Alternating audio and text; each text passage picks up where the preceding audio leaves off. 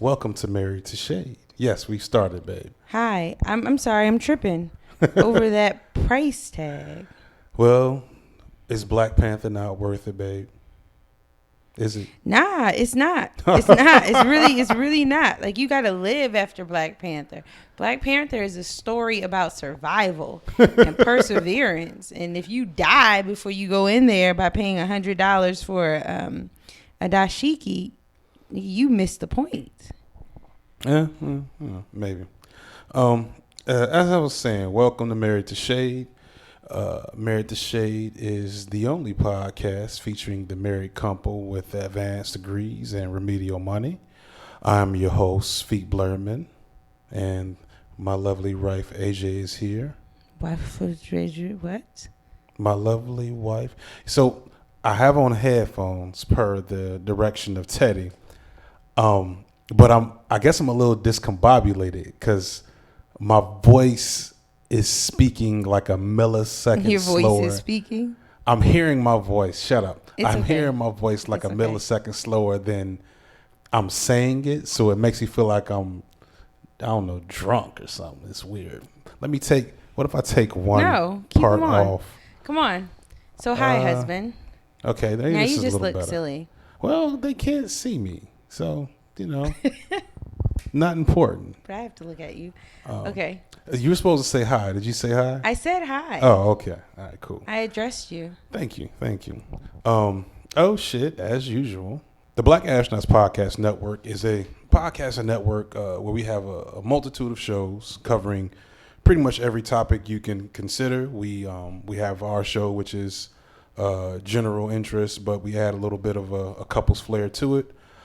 We have the main show, which is, kind of the hot topics plus, things that are on our minds for the week or the time period in between.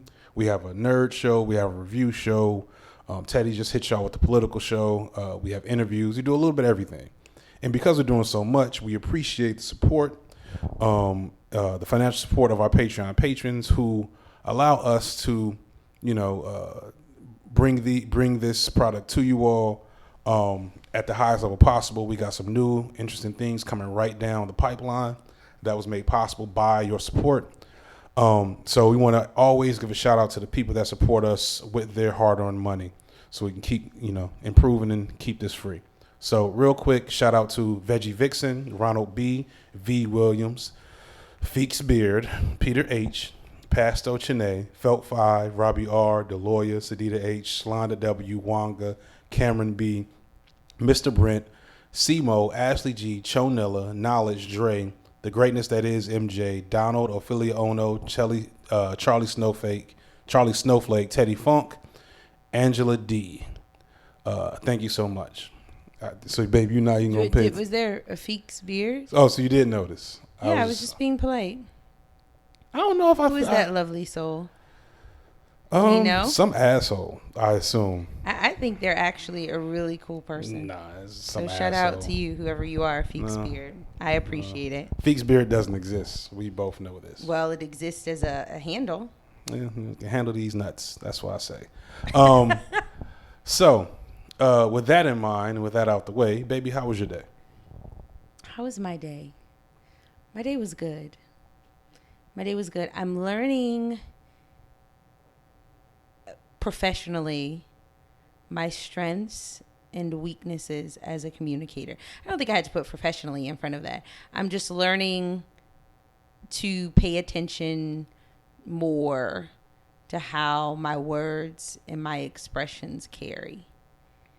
Like, I was never a person who thought I would like some people struggle and they know, like, they show their emotions on their face. I always thought I had a really good poker face, and I think in a lot of situations I do, but I'm learning that I don't have as good of a poker face as I think I have in some situations. Your poker face is Does that too make good. sense? Does that make sense? See, so it's too good at most occasions, but some, I don't know, maybe, wait. No, follow me. Your poker face is so good that it becomes obvious that it's a poker face. Oh, gotcha. You see what I'm saying? Yeah, I think I'm So kind it's of like suffering that can't from be that. that can't be the face you're really making right now. So this is either derision or disdain or hiding your true hurt. But I learned that really early with you. Maybe other people haven't seen. Yeah, I guess so. I guess other people hadn't caught it. And so in the exercises that I'm going through uh, professionally right now, I'm realizing that, maybe my poker face is too good. So I'm working on that. Yeah, it's tough, but it's useful, and you're still the shit in your lane. So it is what it is. Thank you. How was your day? My day was pretty good. I woke up yesterday. I went to the gym for the first time in 6-ish months. So I'm super sore, but not like as sore as I would be had I been in a different state of mind. But it felt good to kind of get back. I want to get back to living my best life. So, over the weekend, I don't know what like clicked in me overall, but like I feel like, at a certain point last year, like around this time last year, I had a health scare. And it led me to really kind of change up my diet and, change my attitude towards things and really start, moving. And then I think maybe just, towards the end of the summer, work started really just murdering me. And so that really just caused me to fall off. But now, I'm feeling comfortable in my new job. We're in a better financial situation. We have all these good things on the horizon. So I wanted to focus on like being my best self. And so I'm really in that headspace. Today was a good day because today felt like the type of day I'm supposed to have when I'm at my best, like mentally and, emotionally and God willing, eventually physically. So It's so, I mean, I'm happy you had a good day. It's so interesting because as you work on being your best, I think we're on the same emotional wavelength right now, right? Would you agree? Yeah. Like, I think we're in a really good place, and we're in that place because we're doing opposing things. Go with me. So you are working on being your best self and living your best life, things that I've probably said on this podcast a couple of times over. But I have recently started working on just enjoying the self I am, if that makes any sense. So I am not actively trying to live my best life. That's maybe not 100% true because I'm trying to live each day to the fullest, which is living your best life. No. But I think a lot of times when people say, I want to live trying to live my best life, I'm trying to be my best self, it's like a goal setting thing, like something you were working toward. It speaks of connotes. Is that connotes right? Or connotes. No, more like connotes. Data. Did you just see me post that joke? Yeah. So, anyway, folks will get it. We're nerds. So, it seems like something that you're working toward. And I am wired to always be working toward something. I am always working. I am always on. I'm always strategizing. I'm always plotting. So I've decided to work against that in myself and just start to enjoy each day to the fullest and let each day be my best day based on the hand I've been dealt for that day. And so, yeah. I like that. I've been telling you to be more selfish for years. So it's good to know that, I hadn't thought about that. That is, very interesting and true, and that I'm finding myself wanting to abstain from my id. So I have this, I probably mentioned it before. I have this belief system that says when it going gets tough, follow your id.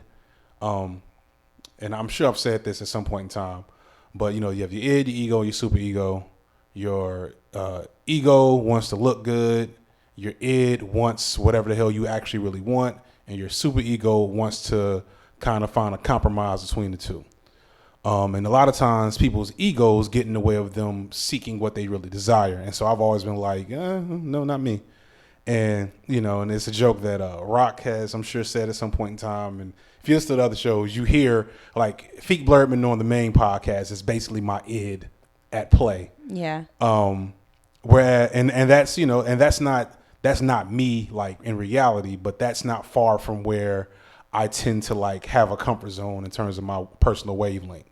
Mm-hmm. But, more so, at least the space I'm in now, I'm trying to say, okay, let me, focus on things that are more important than my initial, just a little bit more, just, not forever, but just a little bit more, get some things done, get some new norms established in our household, and just progress. But I guess that's a good segue into kind of one of the first things that sparked this, which is what we've been up to since the last show. I guess it was weird. A lot has happened.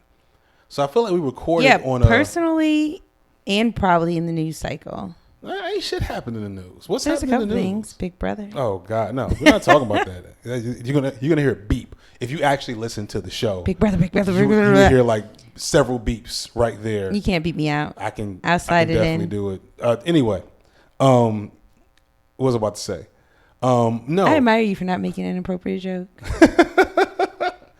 You have really evolved. I'm trying to. Yeah. Oh, and I'm also about to burp. Hold on. And then you just regress. I'm sorry. My body still functions as a human's body. No, the last show was on a Monday, and then that Thursday night, what did we do? That was kind of the first step into improving. Oh, okay. I'll say it. Me. We went to a financial planner. Which really was transformative. Was it transform? Let's not. So, for me, because we haven't done shit yet. For me, I don't want to. So we're not in the thick. Like, okay, so we've just activated on this, right? So if you've been through this process, I don't know. Maybe it's different for other folks. Maybe. But basically, we got referred to a planner. We go to the planner's business and we sit down in the conference room and we talk, just finances and goals and, kind of how we work together as a couple, assets, just all kinds of stuff. Mm-hmm. Right. And it gets more exploratory as the process goes on. Gets really personal, really, really invasive, because if they're going to do a good job, they have to know all the inner workings of how about your relationship with money as a couple and individuals. That being said, so there's a lot to do, but I enjoyed that meeting. I have enjoyed these first couple of steps, because going back to like my thinking, I'm a thinker, I'm a planner, I'm a strategist, and I will think about and plan and strategize about things that are kind of outside my scope. Mm-hmm. Like my ego, would that be ego? Maybe. I don't know. I don't know. So I'm not going to take your analogy, but I'm going to say I have a arrogance that doesn't necessarily manifest itself in my interactions with people. I hope poker face really, thing. No. But that I think that I am capable of thinking myself through things that I am actually not a subject matter expert on. True. And are really over my head, but I don't have the mechanism internally to turn off and say, I'm just not going to think about this, because I can't do anything about it, because I don't have all the knowledge. I don't have all the tools. No. I will continue to think about it. Right. And so in engaging the financial planner, I now can turn off certain switches. So for those folks who are, do-it-yourself financial gurus who make no mistakes financially and do everything in-house between them and their spouse, bravo to you. And I am not saying that we will not remain engaged and educated about what's going on, with our investments and finances and all that kind of stuff. But what I am saying is we have a partner in it. with all the subject matter expertise, and it makes me feel so relaxed and so empowered to take risk in ways that I wouldn't naturally take risks. Yeah. Does that make sense? Does all that make sense? No, it makes perfect sense, because whereas you have the arrogance to think that you can do it regardless of what it is, my response, and you can't stop kind of like focusing and pining over that. My attitude is, if I know I can't do it, fuck it. Unless I really want to do it. Beautiful attitude. If I really want to do it, I'll figure it out. I'm being sarcastic. Oh, but you shouldn't be. It's okay. You got me there. You got me. Good. Wow. Got me kind of deep. But it's okay. It's okay. I've been hit hard before. But no, like my attitude, if I know I can't do it or can't, if I know I can't do it, then fuck it, unless I really want to do it. And getting our finances to, out of the remedial zone. Ray made a joke, so that we'll get to kind of part of this same conversation is, so in the spirit of kind of progressing with our finances, so everybody knows I changed jobs. We had to take a break from me getting paid for about a month. I got my first paycheck earlier this month, I guess last week. And then, it was like, all right, we got to catch up on a couple of bills. So we'll do our taxes, get our refund early by early March. So before we give the bad news, right? Let me say that we have always been, so part of the remedial money tagline, like the support for that is we've never been a one income household, right? And all the financial folks will tell you, like, that's the goal. You want to be a household, even if you have two people working, right? You want to be able to run your house off of one person's income. Right. And that has not been us. At least we have not challenged ourselves to be that, and we thought it wasn't us. So when you talk, like, we are very self-deprecating when it comes to finances. So when you talk to us, or something that I usually say to people is like, we're not a one income household. We can't do that, girl or guy, our bills or blah, blah, blah, blah, blah, my student loans, blah, blah, blah. What we realized is, that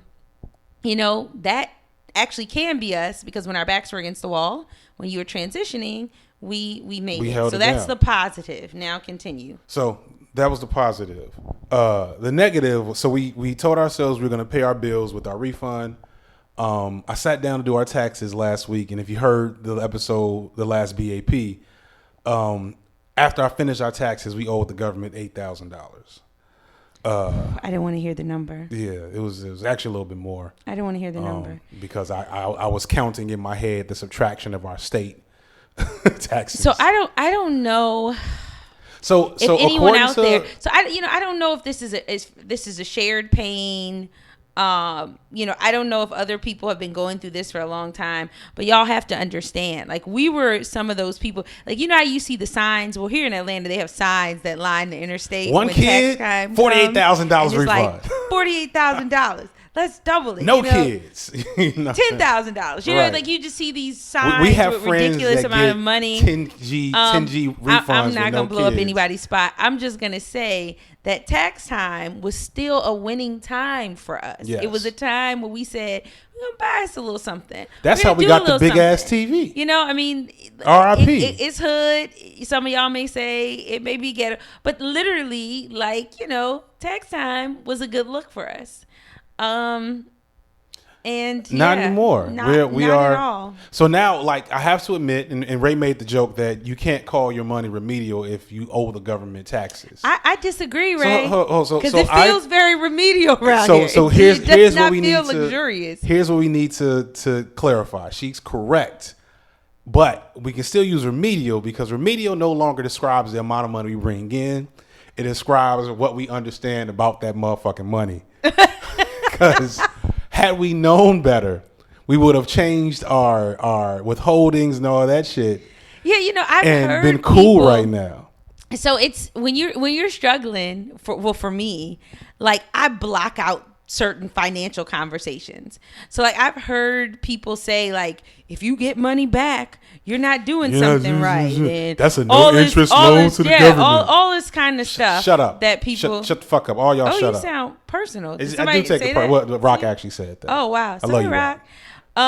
So like we, I hear stuff, but I just kind of like nod and do my whole poker face thing. Cause I'm like, I don't, in my mind, I have not had money yet. Like I earn an income and that income goes right to bills, but none of it stays in my household, or not enough of it doesn't stay in my household for me to actually have like money conversations. Does that make sense? Yeah. So when people start talking about certain things financially, I'm like, oh yeah, really nice. That's awesome what you guys are doing. Yeah, really. That's what we doing. Great. We just trying to make it. You know what I'm saying? Yeah, because really we are just trying to make it. So I don't know, man. I just started thinking about that number again. So I mean, and understand, because I know some people have it worse. I don't know what those people do.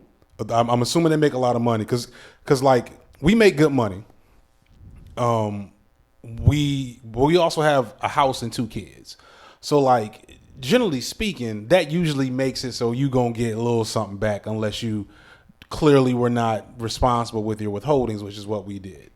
And so, but the good thing is, instead of feeling like, yeah, I don't know what the fuck you gonna do, baby. First thing I did, call my financial planner that day. Yeah. That next day, I was like, hey, Greg. His name's not Greg.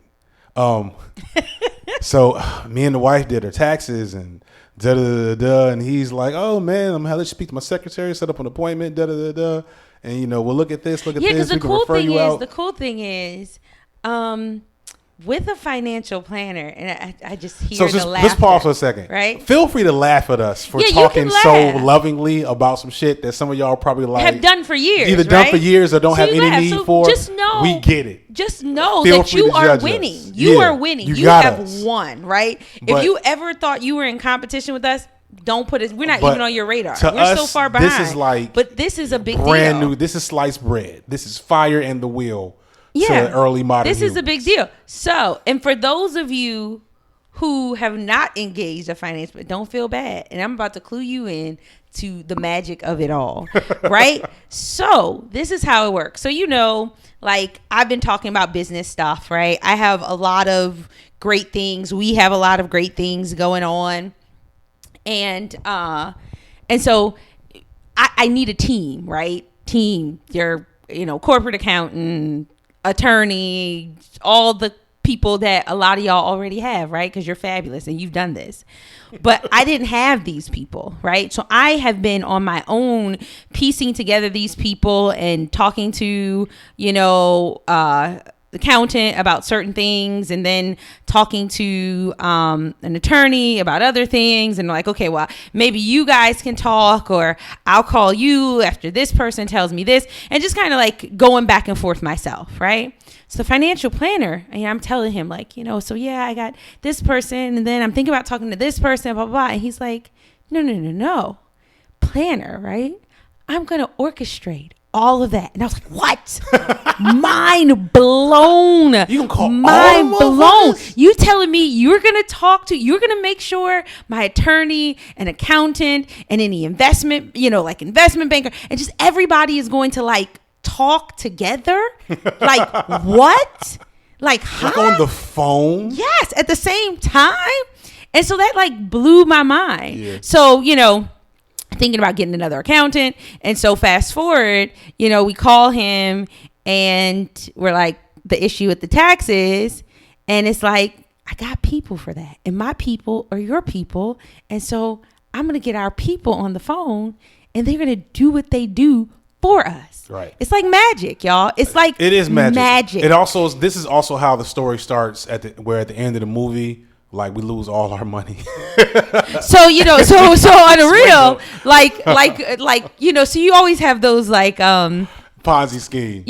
Those people who are extra cautious. We have one of those people in our lives, and so I called that person who is a listener. Shout out to my brother, and he was like, "Yeah, so."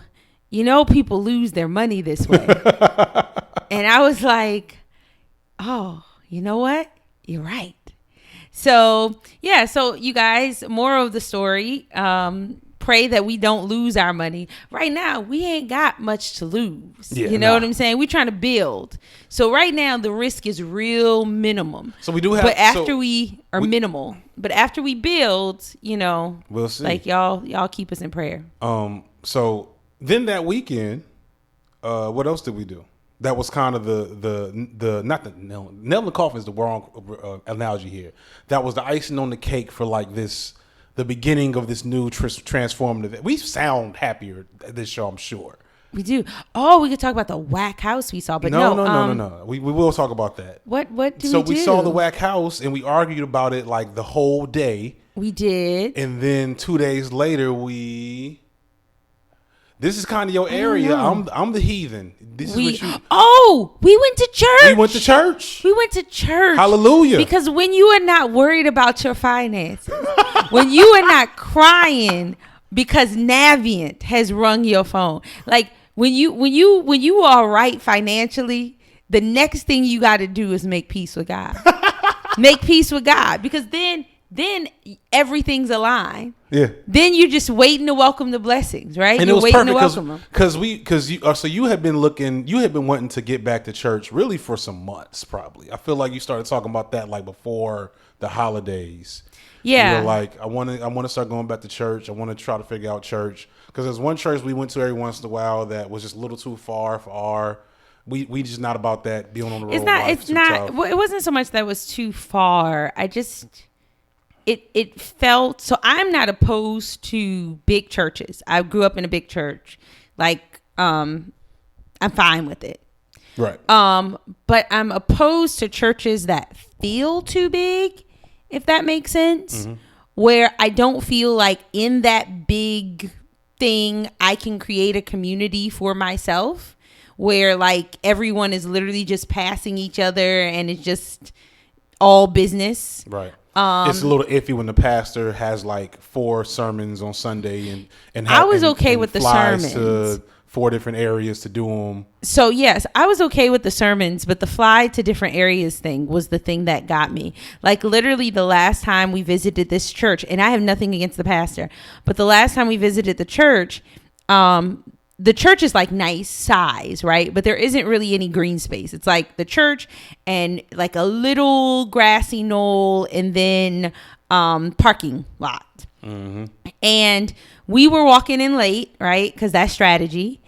And right as we were walking in, the pastor landed on the little grassy knoll, which was hella unsafe, really, really dangerous, in his helicopter. Like, and like he lands and he gets out and everything. And I was like, okay, this is maybe too big time for me. Right. Not too big time for God. I believe God is there. Nothing against the pastor. Just too big time for me. Right. And so, yeah. So we never went back. And that was probably years ago. So he probably has a much nicer. He's probably not in a helicopter anymore. Child. Like if he's listening, he's probably like. He's got a teleporter. Helicopter. Yeah, he's probably doing something. And so much we more went fabulous. to, a couple of weeks before we went to, and this is a good friend's church, but we went to like this church that was like, it felt like Eddie Murphy characters were in there. Like not actual Eddie Murphy, but like some of the characters he dresses up as and plays.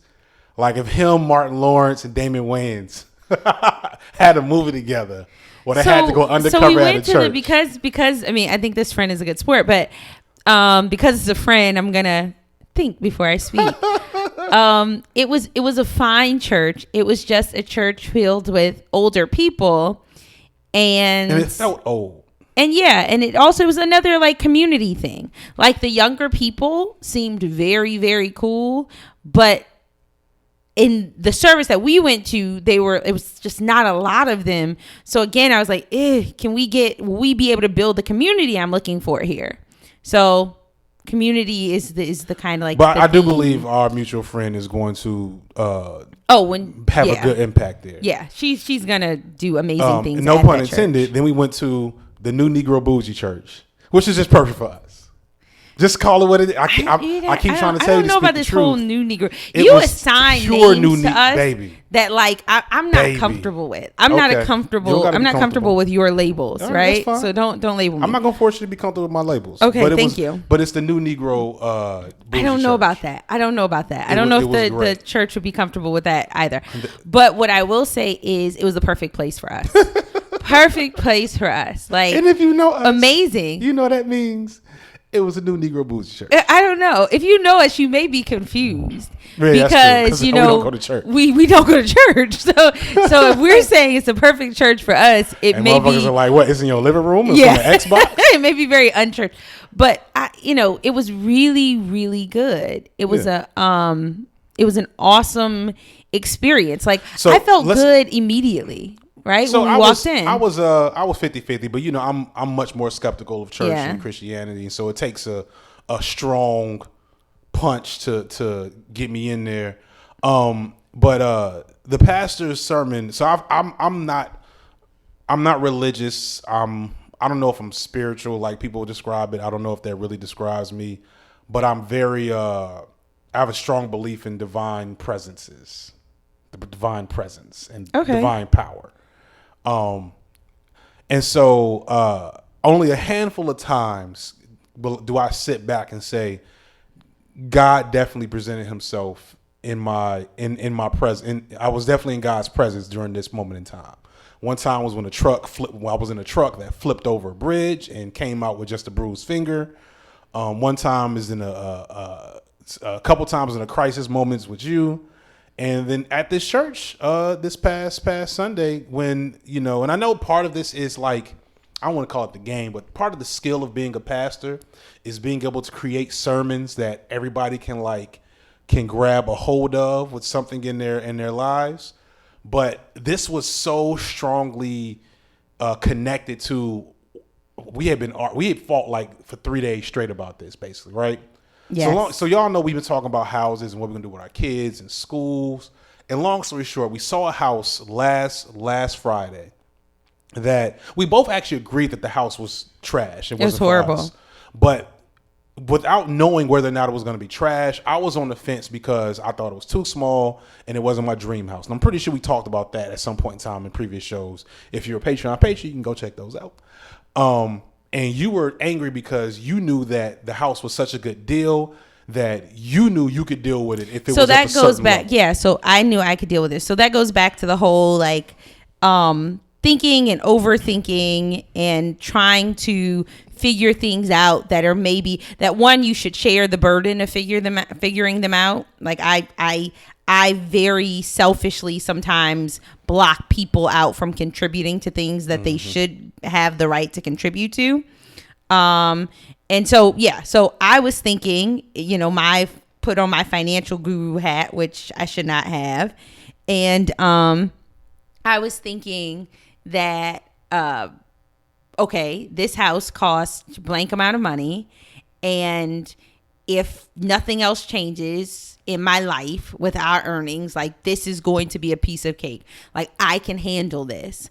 Like, I can take care of it, blah, blah, blah, blah, blah. And so I was really adamant, even though I knew the house was trash, right? My gut told me this house is going to be really, really trash. I was like, but maybe we need to go ahead and get it because it'll be a safe trash. Space because maybe we are trash. Which is how I took it. And I just knew I could handle it. It's just the bottom line. It's just my control.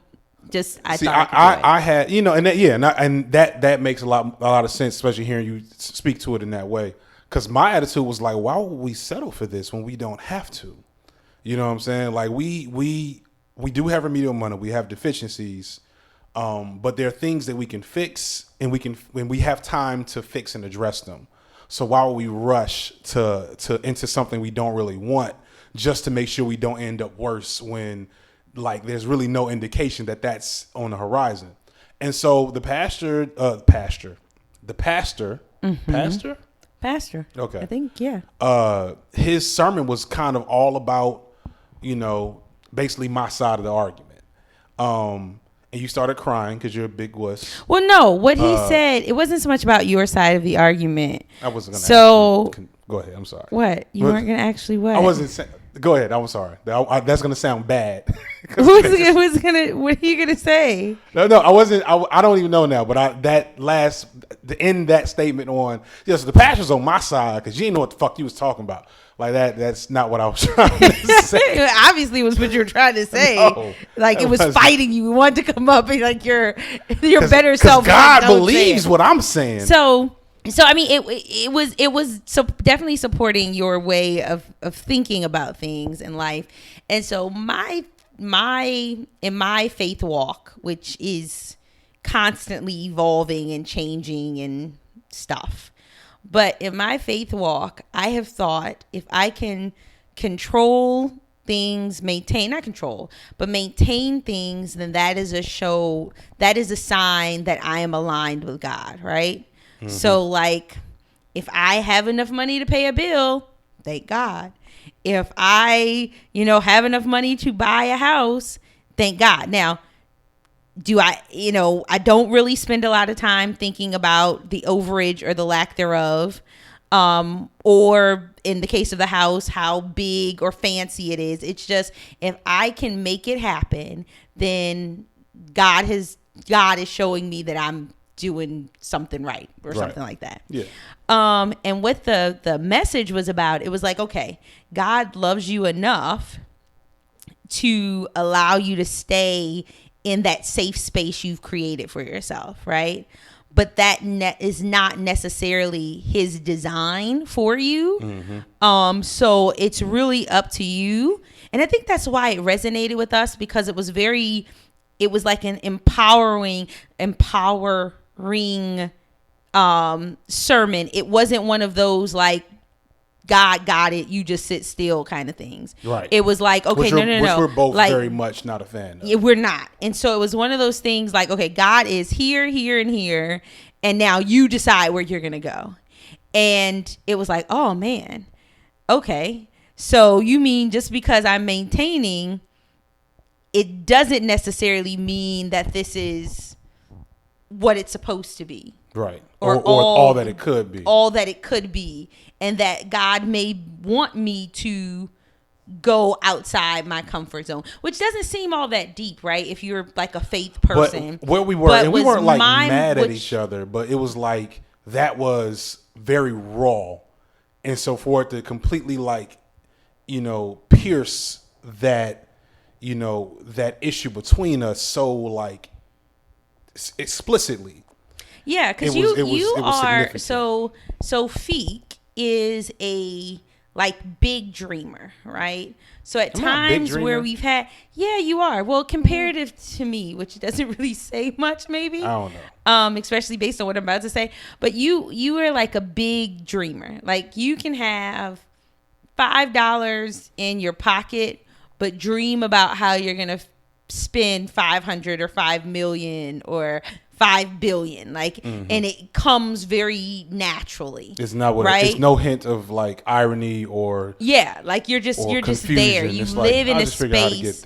Yeah, you live in a space of anticipating and expecting the best, and so you plan against that, right? If the best is gonna happen, let me just go ahead and buy what I need for my dream house or do what I need because I just know I'm about to walk into it, right? And that's like a great place. I think that is maybe where most people or everybody should live.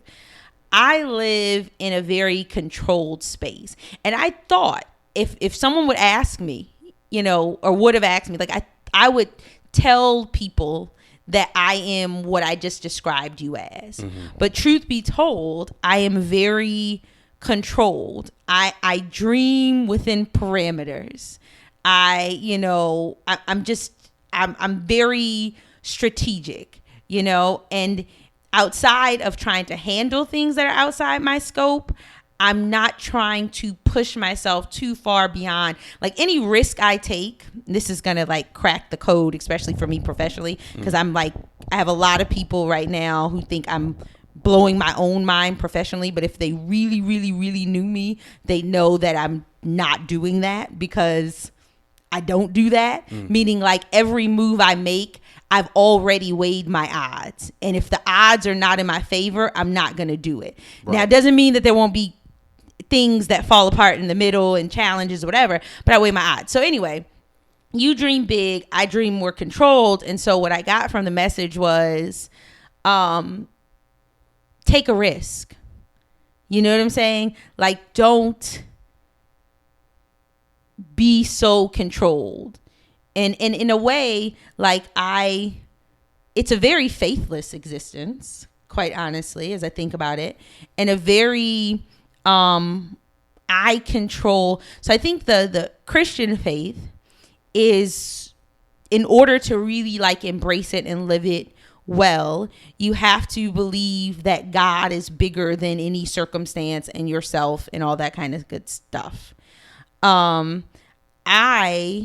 tend to believe, I'm just putting this to words just now, but I tend to control God. In my day-to-day existence, I am bigger than God. And God is in what I can control. And so it was really in that moment in my life when we went, it was a really big deal to hear that wasn't the case. Right? Or which is stupid. It doesn't have to be. Or it doesn't have to be. You don't have which, to. For people who have been doing this faith and financial planning and all this good stuff, you guys are like rolling your eyes like, they finally get it. But water is wet. But yes, water is wet. But I just figure that out. And it's crazy because I have been a person of faith for a long time. You're much more religious, and I don't know if you're more faithful than me, like, or at least not by a margin, but I think calling you much more religious is probably unfair. It's not that you're much more religious. It's that the way you conceptualize your faith, and this goes back to a really old episode from the first iteration of this show that wasn't on the Black Astronauts podcast. Because I grew up Muslim. And I began to reject the concept of organized religion probably right around when I met you. And you grew up, I want to say hardcore Christian, because I don't think that's fair, because your mother had a really strong balance, but you came from a strong Christian background. Yeah, a strong Christian background. And I think I have successfully practiced my faith at different times. Mm-hmm. The moment I'm in now is a result of just having been out of alignment for a long time. Mm-hmm. I just use. It's not my fault though, right? No. It's not your fault. I use the tools. Like, well, I was really thinking about it. Like, it may be totally your fault. Like, you marry a Muslim, that totally derails you. But, I use tools. How it's so funny how we are so much alike, but then so different, mm-hmm. and how those differences are so necessary for our growth. Because, like, if we're building something together, or anytime we're doing something together, I'm like, it's annoying. This is the rule. This is this first step. No, Fiq, don't go beyond the first step, don't go to the second step until you've, done the first step, or whatever the case may be. I use tools how they're given to me. I don't necessarily examine and maneuver things to see what else they can be used for. Does that make sense? To an extent, yeah. So with faith, like, I was given a toolkit, right? And I knew how to speak about it. I knew to some extent how to use it. And as life kind of grew and challenges grew, and I embraced new experiences and new phases of my life, I didn't adjust the tool set. I just kind of kept using it in the way I did, say, when I was 4, 5, 6, or 7. Until it wasn't working, and then you kind of just put it down. And then I was like, yeah. I think because you accurate. You, like, it's challenging not just being married to me, but being married in general. But being married to you is very, but being married in general challenging. Is also very challenging. I feel like being married to you is maybe a little more, but more like I challenge you to be better.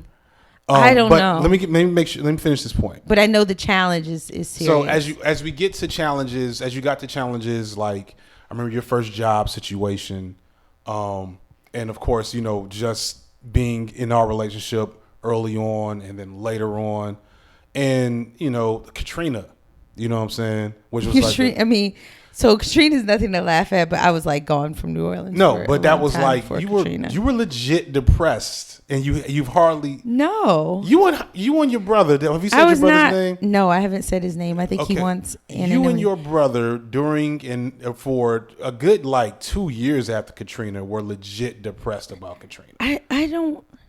So I mean, I'll take it because I think it's something worthy of getting depressed over. So I'll take it. I'd never felt like I was ever depressed during that time. Well, but anyway, the point is, so as you know, maybe if I was a different person, I'd have been better for helping you realign your spiritual walk with these life events. But because I was kind of out of a spiritual space, I was just kind of like, yeah, you know, you all right?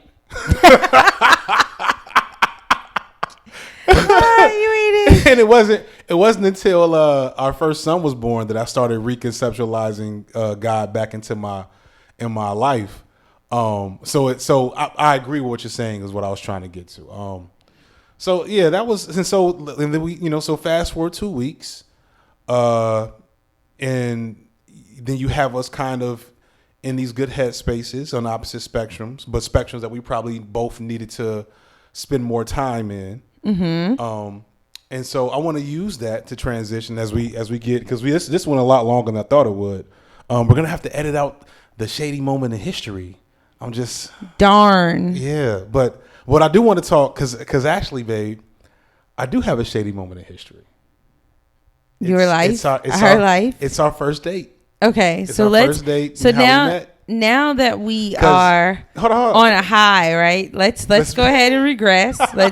Let's rip this marriage apart. Let's get back to what, you know, the state we're most comfortable in. Because I'd say it's right about now in 2004 where we first met. In February, not right around, because we're recording this the day before Valentine's Day. And I feel like we must have met like a week after Valentine's Day. Maybe so. You know, another thing about me, I've never been good with memory. I don't remember shit. I don't do memory. Before I get into some shady shit I did, let me put AJ on blast real quick. AJ went away for the summer. We fought a lot. This summer. This is in college, by the way. In college. Yeah, we don't take summer breaks. Yeah, this now. is in college. We have kids. She came back and we made up, and then later on in the year, she's like, "Oh, the day after tomorrow is on video. I really want to see that again. Don't you?" I'm like, "I haven't seen it." She's like, "Yeah, we saw that over the summer." I'm like, "Nah, that was the other nigga." No, I mean, I like still to this day, like I still really believe that you went to that movie with me. We were but anyway, look, if you went to that movie with me, please reach out and let me know who you are, because the movie was really good at that time, and I'd love to talk about it. But you owe me that, because back in 2004 this is like a confession. Oh, I'm loving this, but go ahead. So let's get the full spectrum of what we were both at. So I had broken up with essentially was my first girlfriend, like back in like I guess like late 2003. I don't know.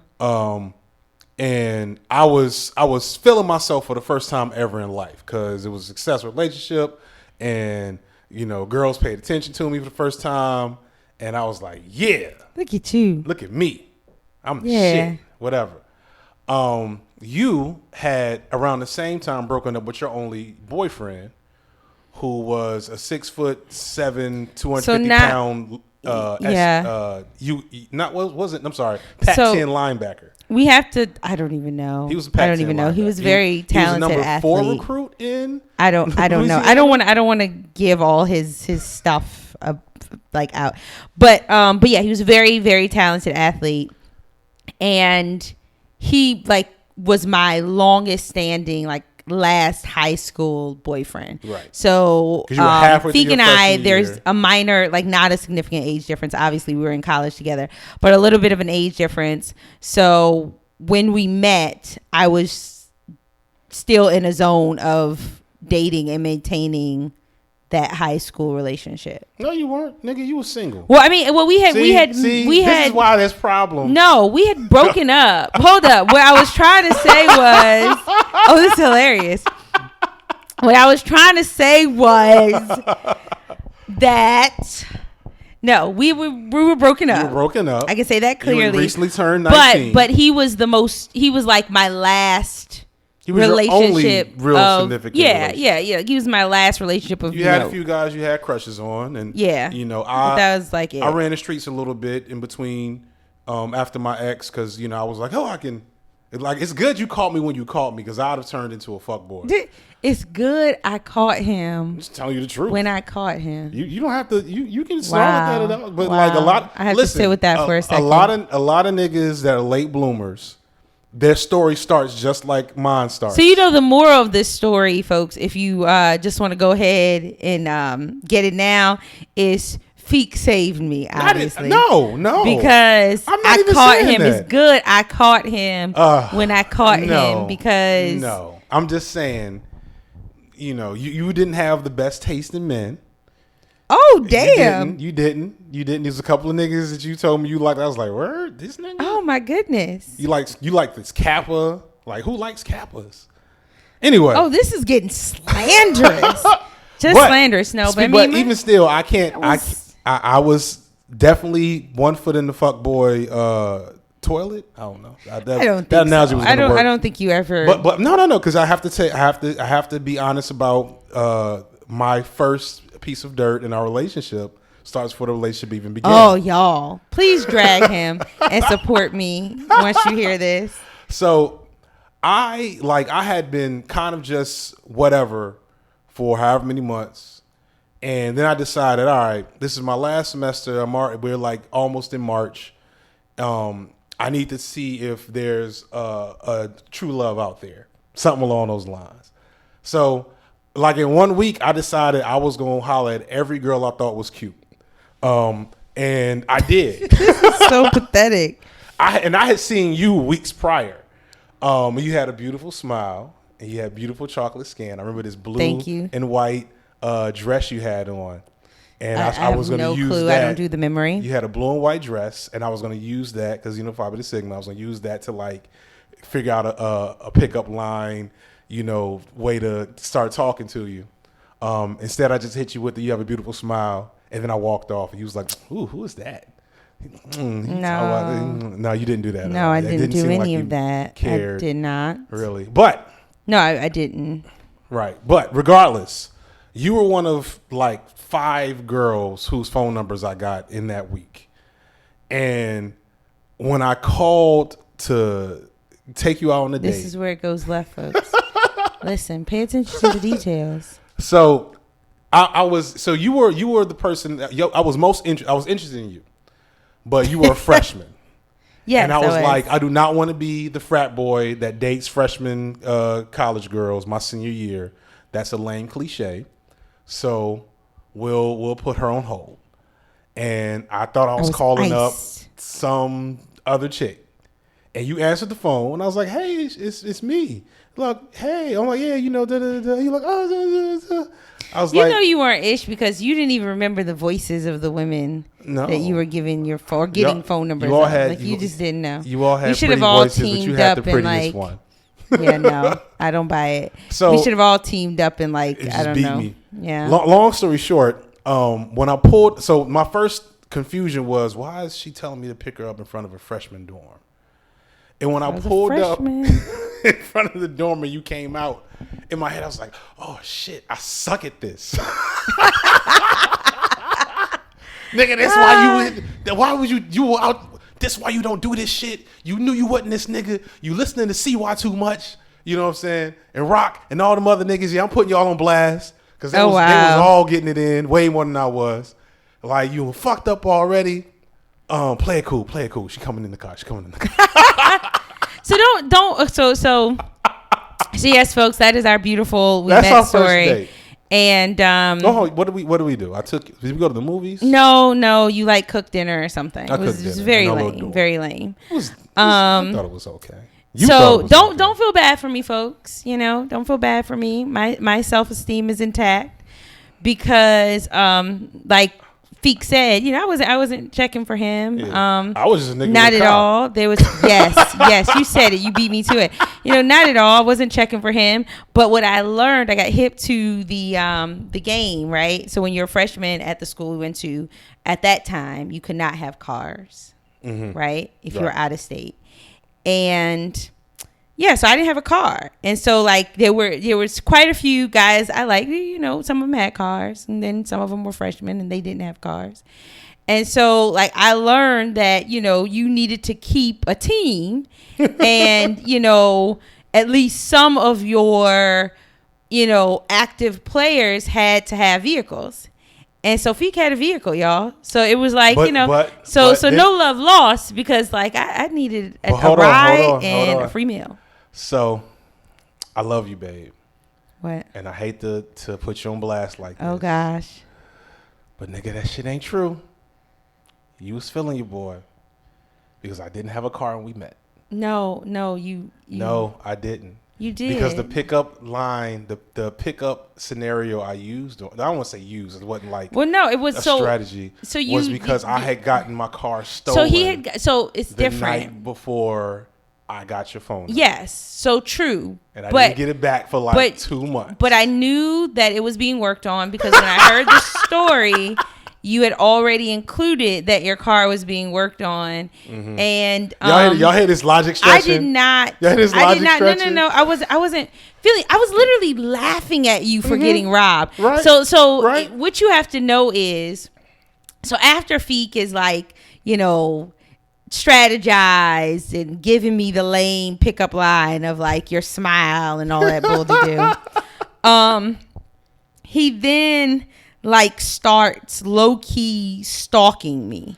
Which no, negative. Well, like low key showing Negative. up everywhere I was. So or eating at the same time. Give me that. But that was you were eating at the same time. I saw you because I tended to eat. Okay, well, whatever. Okay, so maybe time. it was a coincidence. Yes. But anyway, his friends end up sitting close to my friends at the lunch table, in the lunch area.